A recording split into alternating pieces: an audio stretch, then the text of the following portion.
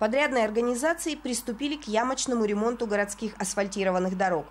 Этот процесс начался с точечного демонтажа поврежденного покрытия и последующей укладки нового асфальтового слоя.